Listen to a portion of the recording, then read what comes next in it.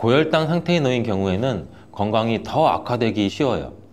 이러한 인슐린 저항성도 증가되고 만성적인 염증으로 인해서 콜린이 역할을 제대로 하지 못하게 돼요.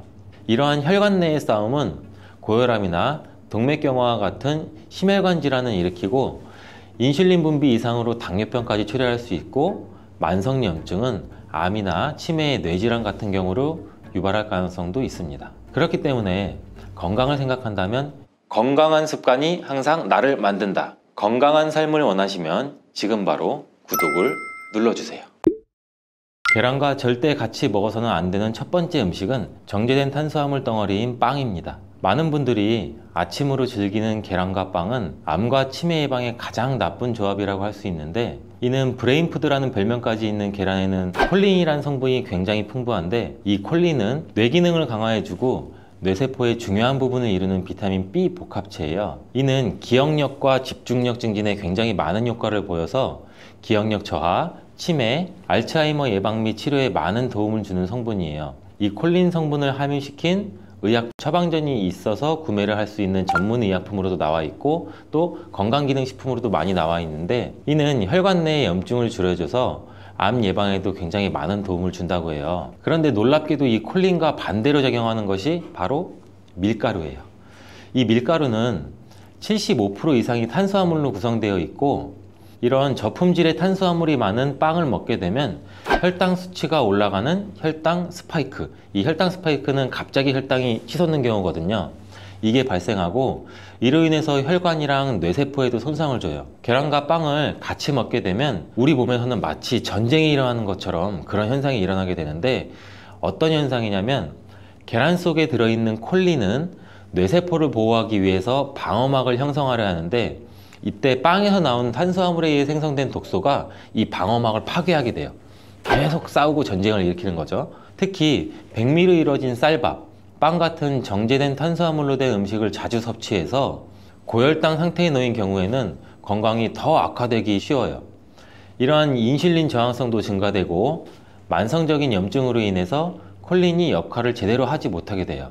이러한 혈관 내의 싸움은 고혈압이나 동맥경화와 같은 심혈관 질환을 일으키고 인슐린 분비 이상으로 당뇨병까지 초래할 수 있고, 만성염증은 암이나 치매의 뇌질환 같은 경우로 유발할 가능성도 있습니다. 그렇기 때문에 건강을 생각한다면 계란과 함께 정제된 밀가루를 사용하지 않은 통밀빵, 곡물빵, 이런 다른 음식들을 선택하는 것이 좋은 선택이 될 수가 있습니다. 또한 레몬과 같은 강산성 과일도 계란과 함께 먹으면 안 됩니다. 왜냐하면 이 강산성 과일은 높은 산도가 있어서 계란의 단백질 구조에 영향을 미치는데, 레몬이나 다른 강산성 과일에 포함된 산이 계란 속의 단백질과 반응하면 단백질이 응고가 돼요. 굳어요.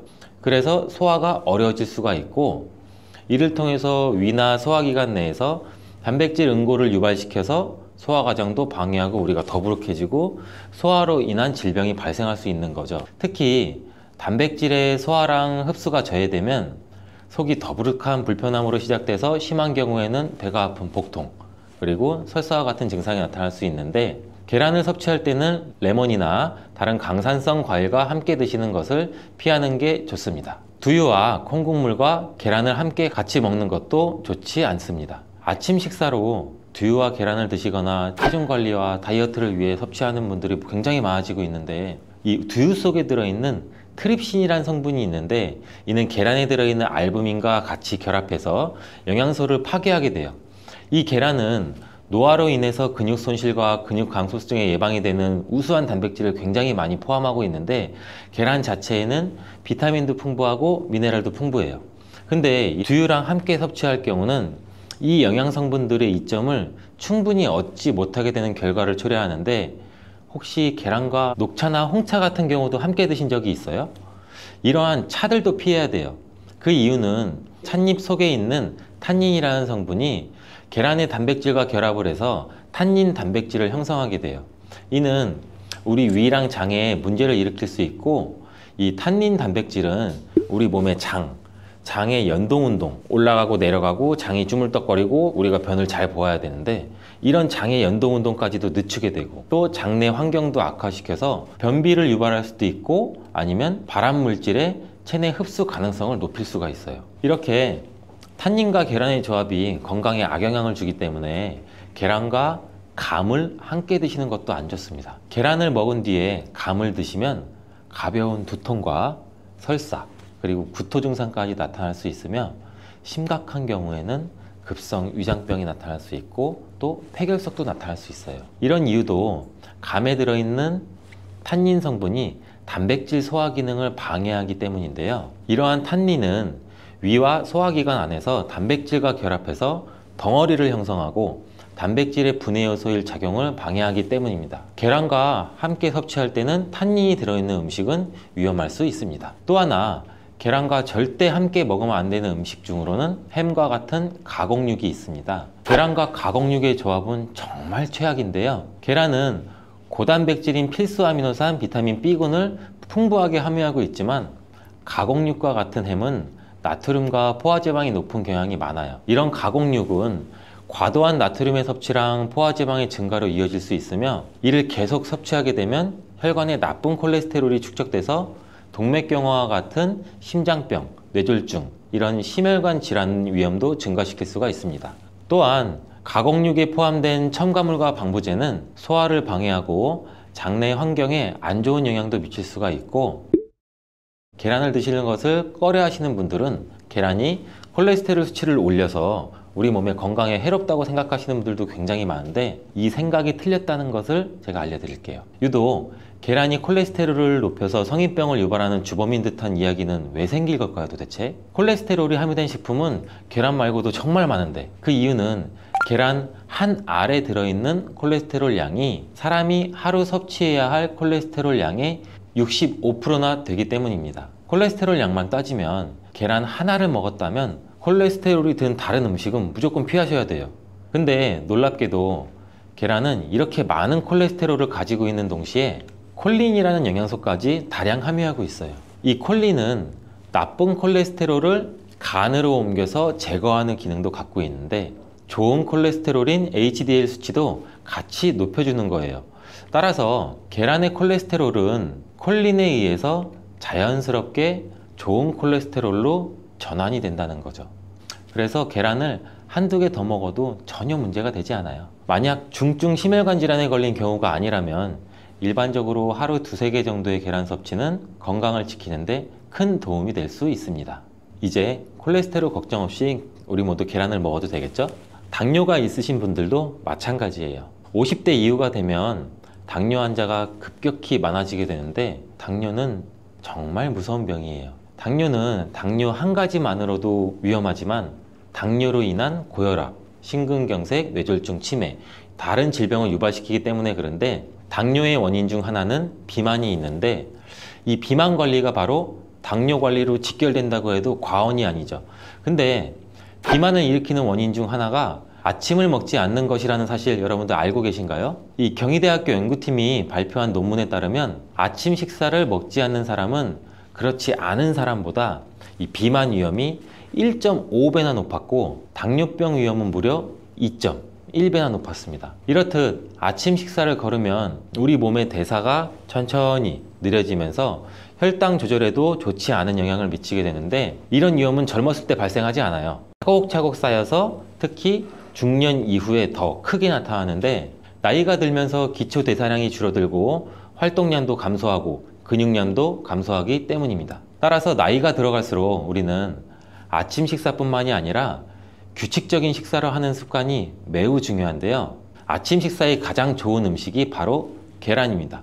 계란에는 우리 몸에 꼭 필요한 다양한 영양소가 풍부하게 들어있기 때문인데 특히 당뇨 때문에 고생하시는 분들 굉장히 많으시죠. 이 당뇨 때문에 고생하시는 분들에게는 최고의 식품이라고 할 수가 있어요. 우선 계란에는 고품질의 단백질이 굉장히 많이 들어있는데 계란 한 개에 약 6g 정도가 들어있고 이 단백질이 포만감도 오래 유지시켜줘서 과식도 예방하는 데 굉장히 많은 도움이 되고 또 이 단백질은 혈당을 조절하는 호르몬인 인크레틴이라는 호르몬 분비를 촉진시켜서 식후 혈당이 급격히 상승하는 혈당 스파이크도 억제하고 안정적으로 유지하는 데 굉장히 효과가 좋습니다. 이뿐 아니라 계란 노른자에 있는 비타민 D, 비타민 B, 콜린 등 중요한 영양소들이 풍부하게 들어있어 비타민 D는 인슐린 분비와 감수성을 높이고 면역력도 길러주고, 콜린은 간 건강에 도움을 줘서 지방간을 예방하는 데 굉장히 효과적인 성분입니다. 이 지방간은 비만과 당뇨의 위험 요인 중 하나인데, 이렇게 좋은 계란도 함께 먹으면 우리 몸에 보약이 되는 굉장히 좋은 음식들이 있는데, 더욱 풍부한 영양을 섭취할 수 있고 당뇨와 비만 관리에도 도움이 되는 음식들이 있어요. 계란과 토마토는 빼놓을 수 없는 최고의 음식 궁합입니다. 계란과 토마토, 이 둘의 궁합은 영양학적으로만 보더라도 굉장히 이상적이에요. 계란은 아까 말씀드렸듯이 단백질, 비타민 B군, 그리고 필수 아미노산을 굉장히 많이 함유하고 있는데, 한편 토마토는 우리가 흔히들 많이 알고 계시죠. 비타민 C, 그리고 항산화 물질인 라이코펜을 굉장히 많이 함유하고 있어요. 그래서 이들이 만날 때 서로의 영양적 가치가 굉장히 배가 되는 거죠. 토마토 속의 라이코펜은 지방에 용해되기 때문에 계란과 같이 먹을 때 그 흡수율이 굉장히 높아지는데, 이러한 조합은 우리 심혈관 건강을 지키고 면역력을 높이는 데 아주 효과적이고, 토마토에 들어있는 비타민 C는 계란에 들어있는 철분의 흡수를 돕기 때문에 빈혈 예방에도 굉장히 좋습니다. 우리 철분제 드실 때 흔히 비타민 C와 같이 섭취하라고 말씀드리잖아요. 이와 같은 이유 때문인데, 또 하나를 보면 올리브유를 두른 팬에 계란과 토마토를 넣고 살짝 볶아 드시면 아침에 최고의 식단이 될 수 있습니다. 요즘 또 아보카도 식단도 굉장히 인기가 많은데요. 흔히 지중해 식단 이렇게 말씀을 많이들 하고 계시죠. 계란과 아보카도도 굉장히 좋은 궁합인데, 계란에는 매번 말씀드리지만 굉장히 많은 영양소가 있는데, 아보카도에 함유된 건강에 좋은 지방산, 특히 오메가3 지방산과 비타민 E를 많이 갖고 있어 이 두 가지 재료가 만나면 서로가 영양적 시너지가 굉장히 폭발합니다. 이 아보카도 속의 건강한 지방은 계란이 단백질 흡수를 더욱 좋게 하고 흡수율을 더욱 높입니다. 또 계란 속에 있는 비타민과 무기질은 아보카도의 지방산을 흡수하는 데 도움을 주고, 이러한 조합은 심혈관 질환 그리고 뇌 건강에 굉장히 긍정적인 효과도 주고 전반적으로 건강을 굉장히 많이 향상시키는 효과도 같이 갖고 있는데, 이 아보카도와 계란을 함께 먹음으로써 식이섬유와 건강한 지방의 결합이 우리 몸의 포만감도 높이고 장내 환경을 굉장히 많이 개선을 시킬 수가 있습니다. 간단하게 아보카도와 계란 샐러드를 아침에 만들어 드시면 어떨까요? 계란을 또한 채소와 함께 드시면 비타민의 흡수율도 증가시킬 수가 있어요. 특히 호박을 섭취하면 부교감 신경을 활성화시켜서 마음을 안정시키고 또 불안감 및 긴장을 완화시켜 주는데 높은 효능을 발휘합니다. 스트레스는 만병의 근원이라고 하는데, 이 계란과 호박을 함께 드시면 스트레스는 물론 몸의 피로도 같이 줄여주기 때문에 비타민 A와 베타카로틴이 많은 호박을 섭취하면 또 눈 건강에도 굉장히 유익하다고 합니다. 계란에 함유된 루테인과 지아자틴과 같은 카로티노이드 성분과 함께 작용하여 강력한 항산화 효과를 발휘하고 망막을 보호하고 황반색소 밀도도 유지시키고 녹내장 또 퇴행성 안구 질환의 발병률도 낮춰줄 수 있습니다. 우리 흔히 많이 드시는 눈 영양제 조합을 보면은 루테인, 지아잔틴, 항산화 물질인 아스타잔틴, 또 베타카로틴과 이렇게 다 같이 구성이 되어 있는 걸 보셨을 거예요. 그 이유가 바로 여기에 있습니다. 최근에 시야가 뿌옇게 느껴지는 분들이 계란과 호박을 곁들인 식사를 하시면 더욱 좋답니다. 계란과 완벽하게 어울리는 다른 식재료 중 하나는 치즈가 있습니다. 치즈는 그 맛이 좋을 뿐만 아니라 영양학적으로도 계란과 아주 좋은데, 계란이 완전 식품으로 여겨질 정도로 여러 영양소를 가지고 있음에도 불구하고 상대적으로 칼슘 함량은 굉장히 낮아요. 근데 유제품인 치즈는 칼슘을 풍부하게 함유하고 있어서 이를 보완해 줄 수가 있죠. 특히 유제품 중에서는 치즈는 계란과 굉장히 잘 어울리는데, 치즈는 발효된 우유에서 만들어지면서 그 발효 과정에서 유산균이 작용해 단백질 함량이 감소해서 과다한 단백질의 섭취를 피하면서도 서로 영양적 혜택을 굉장히 많이 보완할 수가 있어요. 이 사과도 계란과 정말 잘 어울리는 식품인데, 다양한 영양소가 계란에 굉장히 균형 있게 포함되어 있는데, 이 비타민 C와 식이섬유가 상대적으로 적은 편이라는 점에서 사과가 이를 완벽하게 보완해 줄 수가 있어요. 사과는 비타민과 식이섬유가 많아서 장 기능을 활성화하고 배변을 원활하게 하는 데 기여할 뿐만 아니라 혈관에 누적된 해로운 콜레스테롤도 없애 동맥경화, 심장질환, 뇌졸중 등 심혈관 질환을 예방하는 데 도움을 많이 줘요. 특히 단백질 소화에 매우 이롭다는 점에서 계란 섭취 후 소화가 약간 더부룩하게 느껴지시는 분들이라면 이때 사과를 드신다면 소화액 분비를 촉진시켜서 소화를 도움을 줄 수 있습니다. 오늘도 똑똑하고 건강한 식습관을 위해 노력해보면 어떠신가요? 혹시 당뇨 대란이라고 들어보셨나요? 당뇨병 환자가 특정 지역이나 국가에서 급격하게 증가하는 현상을 가리키는 말인데요. 식습관, 운동 부족, 생활습관 변화 등 여러 요인에 의해 발생한다고 합니다. 생활습관으로 인해 생기는 병에는 우리가 흔히 알고 있는 만성질환, 성인병이 있습니다. 대표적으로 고혈압, 고지혈증, 당뇨가 있는데요. 여러분들도 정말 많이 들어보셨을 거예요. 고혈압과 고지혈증은 약물 치료로 조절이 가능하지만 고혈당과 같은 당뇨의 경우 약물로도 일정 수치는 조절할 수 있지만 약물 단독으로 치료하는 게 절대 쉬운 일이 아닙니다. 약물요법과 스스로의 평생관리가 필요한 질환이라고 말씀드리는 겁니다. 최근 대한당뇨병학회가 공개한 자료에 따르면 2020년 기준 30세 이상 성인 인구 605만 명이 당뇨 진단을 받았고, 이는 2010년에 비해 무려 2배가 증가한 수치라고 하는데요. 즉 30세 이상 성인 인구 6명 중 1명이 당뇨병 환자이고 65세 이상이신 고령이신 분들은 10명 중 3명이 당뇨병 환자라는 이야기입니다. 10년 전 당뇨병 학회에서는 40년 뒤인 2050년에는 당뇨병 환자가 591만 명에 이를 것이라고 전망했지만 10년 만에 2배 가까이 폭증했고, 이 수치만 보더라도 당뇨 대란이라는 말이 나올 수밖에 없는 상황인 거죠. 예전에는 40대 이상의 성인이나 노인성 질환으로 알고 있던 당뇨가 식습관의 변화로 20대와 30대에 젊은 당뇨 환자 수가 급증하고 있는데요. 2020년 20대의 당뇨 치료 환자 수가 약 4만 명으로 조사됐는데, 이는 2018년도와 비교했을 때 47.7%나 늘어난 것으로 조사되었습니다. 하지만 더 큰 문제는 당뇨 예비군입니다. 당뇨 예비군이란 말 들어보셨나요? 당뇨 전 단계 또는 전 당뇨라고 부르며 당뇨병 진단 기준에는 미치지 않을 뿐 정상적인 혈당 수치보다는 높은 상태를 뜻하는데요. 2020년 기준 전당뇨 인구수가 약 1,500만 명인 점을 감안하면 당뇨병을 앓고 있거나 당뇨병 위험에 노출되어 있는 인구수는 약 2천만 명 이상이라고 보여집니다. 국민의 40% 이상이 당뇨이거나 당뇨 예비군이라는 것이죠.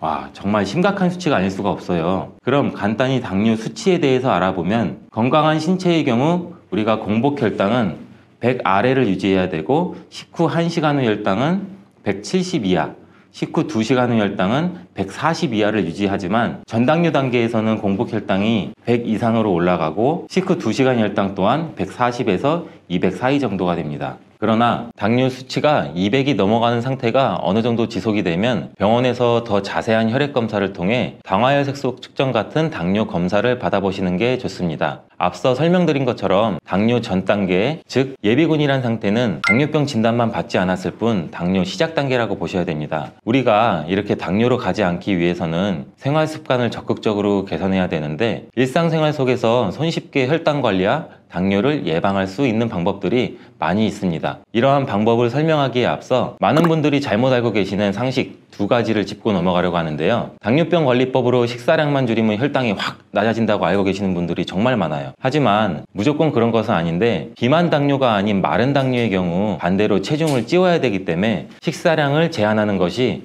독이 될 수 있고, 단순히 약만 줄인다고 제대로 된 혈당 관리가 어렵습니다. 잘못 알고 있는 또 한 가지 정보는, 체중 감량을 하면 혈당이 계속 떨어진다고 알고 계시지만 당뇨는 인슐린 저항성을 계산해야 되는 질병이기 때문에 음식 한 가지만 조절한다고 해결되는 경우는 절대 아닙니다. 여기서 인슐린 저항성이란 인슐린이 정상적으로 반응하지 않아 혈당을 낮추지 못하고 혈중 포도당 농도가 계속 상승해서 이 문제를 해결하기 위해서 더 많은 인슐린이 계속 분비되는 현상을 말하는데요. 이 단계에서는 별다른 변화가 없기 때문에 모르고 지내다가 상황이 악화되면 혈당 스파이크로 인한 당뇨로 이어질 수 있기 때문에 인슐린 저항성 개선을 위한 노력이 정말 중요합니다. 그렇다면 일상 속에서 인슐린 저항성을 개선하고 당뇨를 예방할 수 있는 방법은 무엇이 있을까요? 지금부터 당뇨를 부르는 최악의 생활 습관 3가지, 당뇨에서 가장 중요한 혈당 스파이크를 낮추는 현실적인 방법 3가지, 절대 먹으면 안 되는 음식 3가지, 마지막으로 당뇨를 예방할 수 있는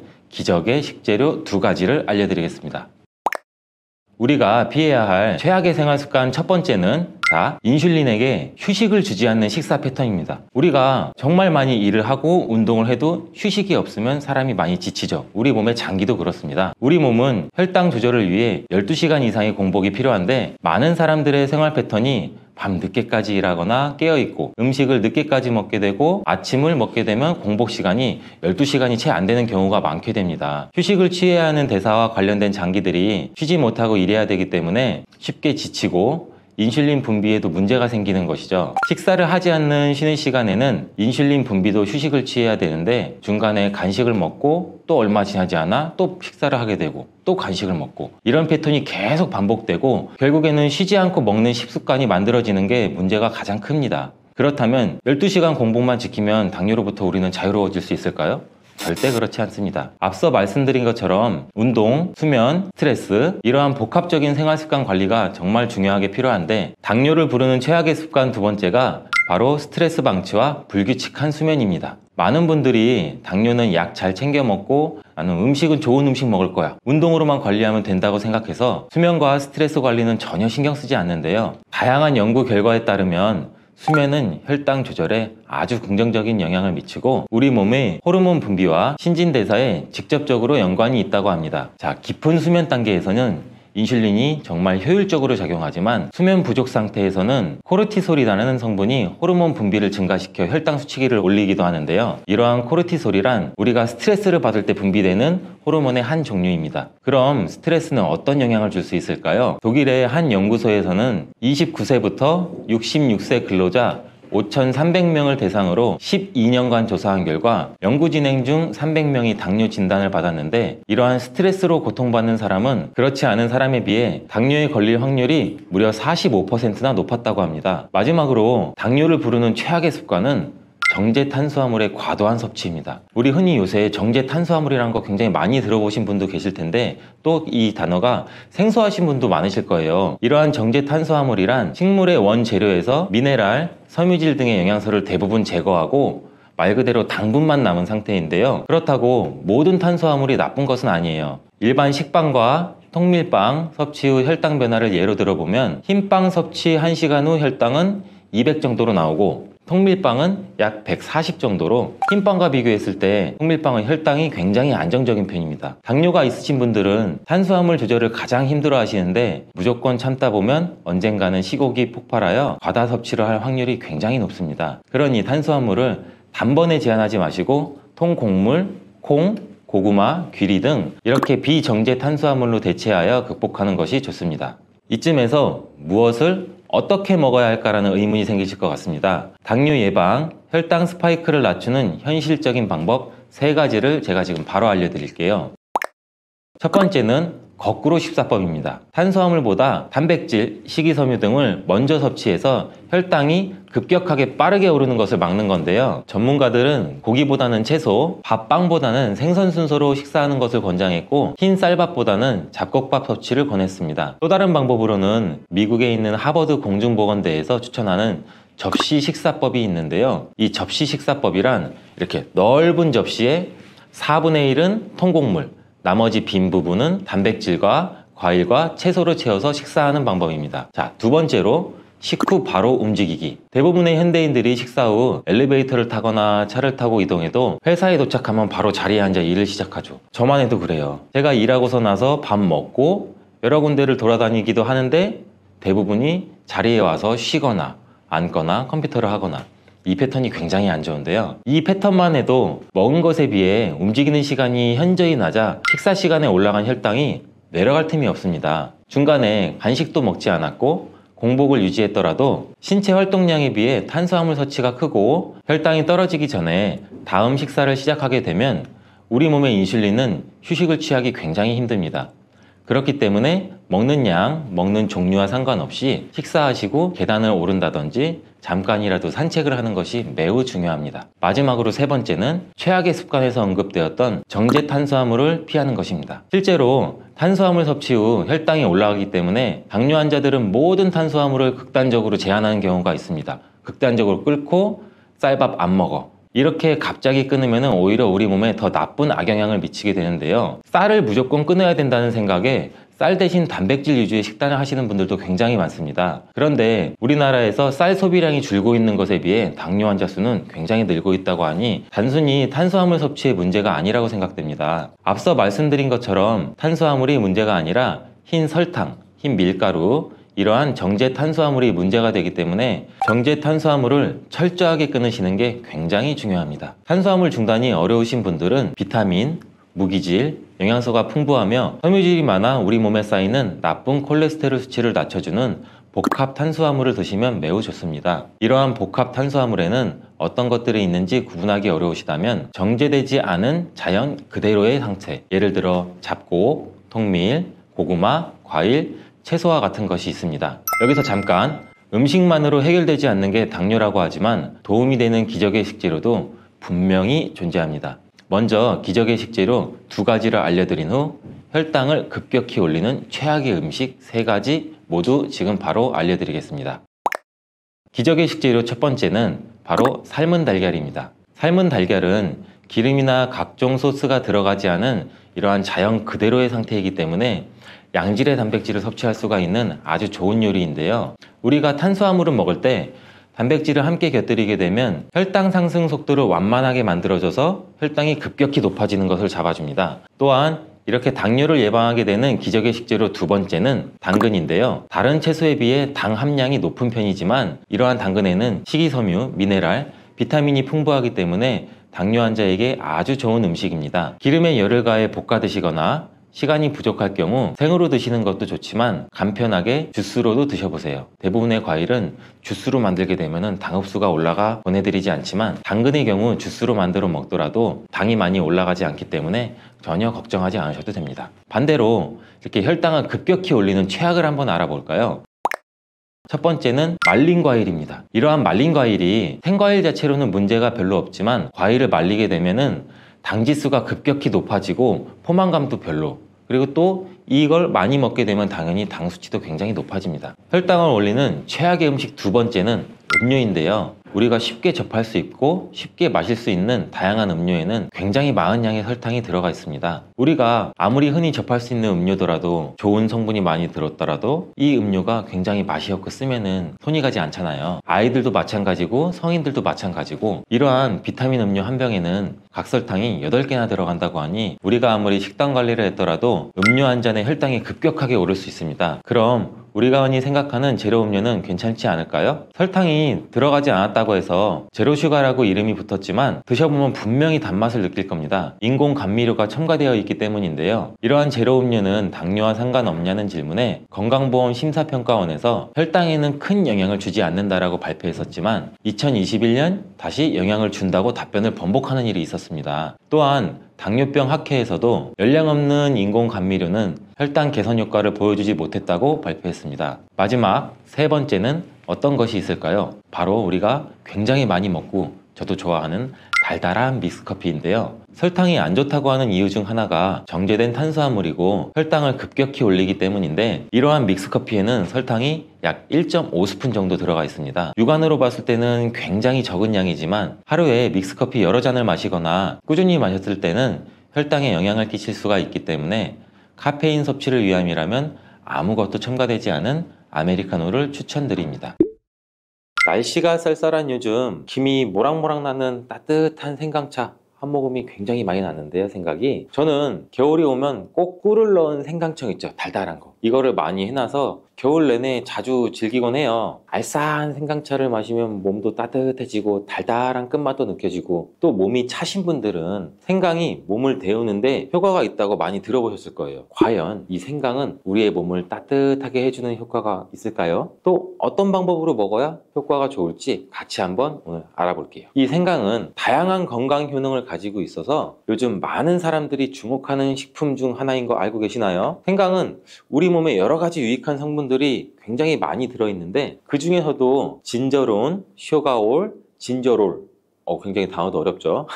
이런 성분들은 생강이 특유의 그 매운맛과 향을 내는 성분들이에요. 특히 이 성분들은 이 노년층한테도 굉장히 유익한 성분이라서 건강관리에 큰 도움이 될 수 있는데 이 주목할 만한 생강의 대표적인 성분 3가지 바로 한번 지금 알려드릴게요. 이 생강의 첫 번째 성분은 진저론입니다. 이 진저론은 생강에서 가장 대표적인 활성 성분으로 그 생강의 매운맛과 그 특유의 향, 이걸 담당하고 있는데, 이 진저론은 항산화 효능이 굉장히 뛰어나면서 세포 손상도 막아주고 노화를 예방하는 데도 도움이 된다고 해요. 또한 이런 진저론은 그 소염작용을 가지고 있어서 염증도 줄이면서 통증 완화에도 도움을 줄 수 있는데, 이 류마티스 관절염이나 근육통, 몸살 또는 다양한 염증성 질환에 이 성분이 도움을 줄 수 있고 면역력도 증강시키는 데 중요한 역할을 합니다. 그래서 특히 면역력이 약해질 수 있는 중장년층 분들한테는 매우 유익한 성분이기도 해요. 생강의 두 번째 대표 성분은 쇼가올입니다. 쇼가올은 생강을 건조시키거나 가열했을 때 생기는 물질인데, 이 성분은 항암 효과가 있다고도 알려져 있어요. 암 예방에도 효과가 있다고 볼 수가 있는데, 이 쇼가올은 앞서 설명드린 진저론보다 강력한 항염증을 작용하는데, 이 성분은 우리 몸에서 염증을 유발하는 물질인 이 프로스타글란딘이라는 물질이 있어요. 이거의 생성을 억제하는데 매우 효과적인 것으로 밝혀졌고, 또 이 성분은 소화기 계통에 유익한 성분으로 굉장히 유명한데, 우리 위의 점막을 보호하고 위염을 예방하면서 소화불량을 개선하는 데 굉장히 유용합니다. 또한 위장을 자극해서 소화를 돕고 변비도 완화시켜주는 데 중요한 역할을 하고, 이 소화 기능이 떨어지기 쉬운 노년층에게도 특히 유용한 성분이에요. 생강의 세 번째 대표 성분은 진저롤입니다. 이 진저롤은 생강을 신선한 상태에서 섭취할 때 함유되어 있는 성분인데, 이 진저롤은 진통 효과가 뛰어나고 또한 항염증 작용을 통해서 우리 몸의 염증을 줄이는 데도 도움을 줄 수가 있어요. 근데 또 이 성분은 혈액순환도 촉진시켜주고 우리 몸의 체온도 올려주는 효과가 있어서 특히 수족냉증이 있으신 분들한테 효과적이고, 어르신 분들 중에 혹시 겨울만 되시면은 손과 발이 땡땡 얼어, 손과 발이 너무 차, 이러신 분들 많잖아요. 수족냉증 문제를 해결하는 데도 큰 도움이 될 수가 있어요. 또한 이 성분은 향균과 항바이러스 성질을 가지고 있어서 감염 예방에도 도움을 받을 수 있는데, 이 호흡기 질환을 예방하고 이 증상을 완화하는 데에도 효과적인 성분입니다. 혹시 공자 아시나요? 누구든지 한 번쯤은 들어보셨을 텐데, 이 공자도 살아생전에는 먹는 음식도 굉장히 철저하게 관리했다고 해요. 이 공자가 매 식사마다 생강을 빼놓지 않고 먹었다는 것 알고 계신가요? 공자는 이 생강이 얼마나 몸에 좋은지 그 옛날부터 알고 있었던 거예요. 이 공자께서 73세의 생을 마감했는데, 그 옛날 평균 수명을 생각하면은 어마어마하게 장수했던 거죠. 이렇게 건강에 좋은 생강이 왜 그렇게 좋은지, 이 우리의 건강에 어떻게 도움이 되는지 4가지 주요 효능을 간단히 소개해 드릴게요. 생강의 효능 첫 번째는 면역력 강화입니다. 이 서울대 노화연구소에서 꼽은 면역력에 좋은 식품 3가지 안에 이 생강이 포함돼요. 생강에는 아까 소개해 드렸던 3가지 성분, 진저론, 쇼가올, 진저롤이 포함되어 있어서 우리 몸의 면역력을 강화하는 데 매우 효과적이고, 특히 항염증 효과가 뛰어나서 몸의 염증을 줄여주고 면역체계가 더 강하게 작동하도록 도와주는데, 면역력이 떨어지기 쉬운 노년층에서는 자주 섭취하는 것이 좋은 식품입니다. 생강을 꾸준히 섭취하면 감기나 각종 질병에 걸리는 확률도 낮춰줄 수 있다는 거 잊지 않기를 바라겠습니다. 생강의 두 번째 효능은 항산화 효과입니다. 미국 국립암연구소가 뽑은 항산화 식품 1등급인 생강은 진저론과 쇼가올 같은 성분이 포함되어 있는데, 이 성분들은 강력한 항산화 효과를 가지고 있어서 이 물질이 우리 몸에서 자유 라디칼이라는 그 유해 물질을 제거해줘요. 그래서 노화나 염증이나 심혈관 질환, 그리고 또 각종 질병도 예방하는데 굉장히 중요한 역할을 하고, 특히 이 생강은 세포의 산화적 스트레스도 줄여주고 우리 몸의 피로회복과 노화 방지에 효과적이어서 건강한 노년을 위해서 꼭 필요한 식품이라고 할 수 있습니다. 자, 생강의 세 번째 효능은 바로 이 수족냉증 완화입니다. 이 수족냉증은 특히 노년층에서 흔하게 나타나는 증상 중에 하나인데, 손끝, 발끝이 차가워지고 특히 여름철보다는 겨울철에 더 불편함을 겪는 분들이 굉장히 많으세요. 근데 이 생강이 혈액순환을 촉진시켜주는 효과도 있고 수족냉증을 완화하는 데도 굉장히 탁월해요. 생강의 진저로 같은 성분이 우리 몸의 체온을 따뜻하게 높여주고 혈관도 확장시켜서 손, 발끝이 따뜻해지는데 혈액순환을 통해서 도움을 줄 수가 있죠. 또한 이 한의학에서는 생강이 몸에 찬 기운을 밖으로 내보내주고 또 몸 안에 열을 발산해주는 걸로 효능이 있다고 굉장히 유명한데, 우리 옛 조상님들부터 이 생강이 몸을 따뜻하게 해주는 효과가 있다는 것을 알고 있었던 것이죠. 생강의 네 번째 효능은 우리 소화불량 개선입니다. 예전처럼 많이 먹지도 않았는데 속이 더부룩하신 분들 많으시죠? 소화불량은 나이가 들면서 자주 겪게 되는 일반적인 문제이기도 한데요. 나이가 들면 우리 몸의 위, 장뿐만 아니라 다른 소화기관도 서서히 노화를 시작되기 때문에 몸의 연동운동이나 아니면 소화효소를 분비하는 게 점차 줄어들어요. 이렇게 생강은 소화불량을 개선하는 데 매우 효과적이고, 생강에 포함된 효가올이라는 성분은 우리 위장의 운동을 촉진시키고 위염 또한 예방하는 데 도움이 되는데, 메스꺼움이나 구토 증상을 완화시켜주기 때문에 특히 소화기 계통에 문제가 있으신 분들한테도 도움을 주기도 합니다. 그런데 이렇게 좋은 생강 그냥 차로만 드시고 계신 분 많으시죠? 생강차가 굉장히 유명하고 대중적이잖아요. 근데 각 방법은 그에 맞는 효능을 더 잘 발휘할 수 있기 때문에 여러 방법으로 생강을 활용해서 드시는 게 좋습니다. 차로 드시는 것 말고도 여러 가지 섭취 방법이 있으니 제가 자세히 한번 알려드릴게요. 자, 첫 번째 방법은 가장 간단한 방법으로 생으로 먹는 것입니다.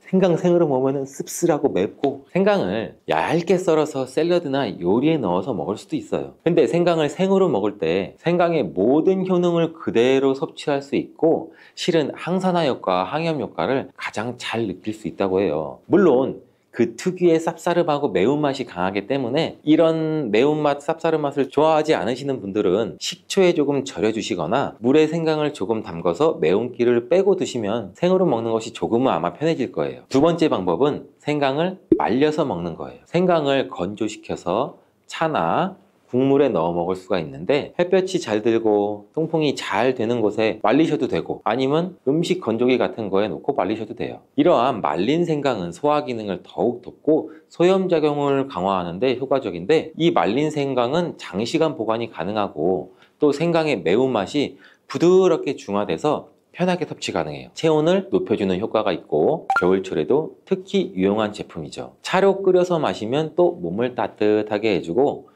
피로 회복에도 도움이 돼요. 우리 흔히 약국 같은 데서 많이 보면은 생강 쌍화도 굉장히 많잖아요. 이렇게 생강이 가지고 있는 효능 때문에 쌍화차랑도 같이 혼합해서 곁들여서 나온 제품들도 많은 이유가 이것 때문이죠. 그리고 세 번째 방법은 생강을 가루로 내서 먹는 방법이에요. 생강가루는 또 다양한 요리에 활용할 수 있고, 특히 음료나 디저트에 넣어서 먹기 좋은데, 혹시 진저맨 쿠키라고 들어보셨나요? 진저가 생강이잖아요.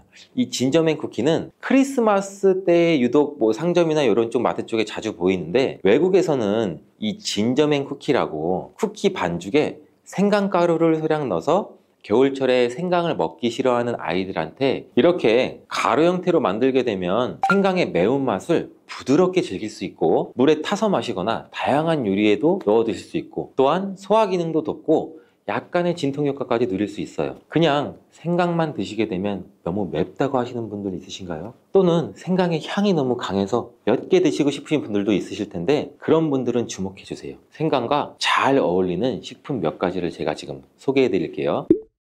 생강과 잘 어울리는 식품 첫 번째는 레몬입니다. 이 레몬과 생강은 굉장히 궁합이 아주 좋은데요. 레몬은 비타민 C가 풍부하고 면역력 강화에도 도움을 주고, 생강은 항산화 작용에도 도움을 줘요. 이 두 가지를 함께 섭취하면 서로의 효과가 극대화되면서 특히 감기 예방에도 탁월해요. 우리 감기 걸리면은 카페 같은 데 가서 따뜻한 레몬 생강차 주세요 이렇게도 많이 하잖아요. 이런 이유로 둘이 궁합이 굉장히 잘 맞는 음식이고, 이 레몬은 소화 촉진에도 도움을 주고 생강도 소화 불량에도 도움을 줘서 이 둘을 함께 드시면 소화 기능도 개선되고 면역력 강화와 항산화 효과까지 배가 된다는 것, 이것도 기억해 주세요. 생강과 레몬은 레몬 생강차나 레몬 생강을 함께 넣은 샐러드로 드시는 것을 추천드리겠습니다. 자, 생강과 궁합이 좋은 식품 두 번째는 강황입니다. 이 강황은 생강과 함께 먹으면 항염증, 항암, 면역력 증진 효과가 매우 강력해지는데요. 강황의 주성분인 커큐민은 이 항염증과 항산화 작용으로 뛰어나 있다고 굉장히 많이 알려져 있죠. 생강에 진저론, 쇼가올, 진저롤과 함께 염증을 줄이고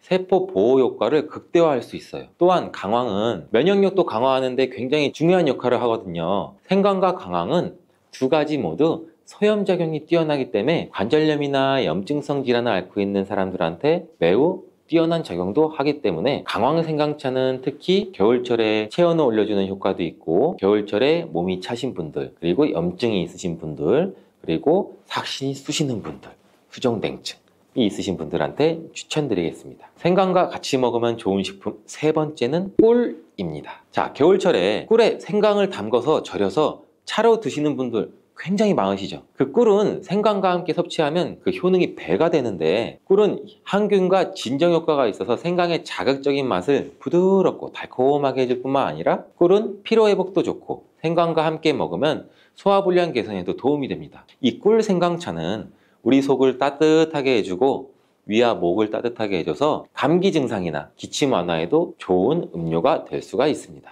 이렇게 건강에 좋은 생강, 몸에 좋다고 많이 드셔도 될까요? 제가 항상 말씀드리죠. 모든 식품은 과유불급인데요. 생강도 마찬가지로 적절히 섭취해야 효과가 있습니다. 잘못 먹으면 몸에 해가 되는 부작용도 있을 수가 있기 때문에 몇 가지 유의사항을 알아두시는 것이 중요한데 지금 바로 알려드릴게요. 생강을 저장할 때 대충 비닐에 보관하셨다가 곰팡이 피신 분들 있으시죠? 이 생강은 곰팡이가 생기지 않도록 주의해야 하는 게 첫 번째인데요. 이 생강 자체에 수분 함량이 많아서 습기에 민감해요. 또 곰팡이가 이것 때문에 쉽게 생길 수가 있죠. 이때 곰팡이가 생긴 생강은 절대 섭취하지 않도록 해주세요. 왜냐하면 이 생강에 핀 곰팡이는 미코톡신이라고 하는 독소를 생성하는데 그 일부 미코톡신은 인체에 굉장히 유독해요. 그래서 간과 신장, 면역계에 심각한 손상을 줄 수도 있습니다. 또한 이 생강의 일부분만 곰팡이가 생겨도 이 독이 생강 전체에 퍼질 수가 있어서 곰팡이가 핀 생강은 여러분 아깝더라고 그냥 다 버리세요. 곰팡이가 피지 않도록 생강을 보관할 때는 통풍이 잘 되는 곳에 보관해 주시고 습기가 많은 곳은 피하시는 게 좋아요. 이렇게 생강은 많은 효능을 가지고 있지만 과다하게 섭취할 경우 부작용도 있을 수가 있는데 너무 많이 지나치게 먹으면 우리 속이 쓰리거나 위염, 위장장애를 일으킬 수 있고 하루에 2g에서 3g 정도를 섭취하는 게 적당하면서 위장이 민감하신 분들은 조금 더 적은 양을 섭취하는 것이 좋다는 것 기억해 주세요.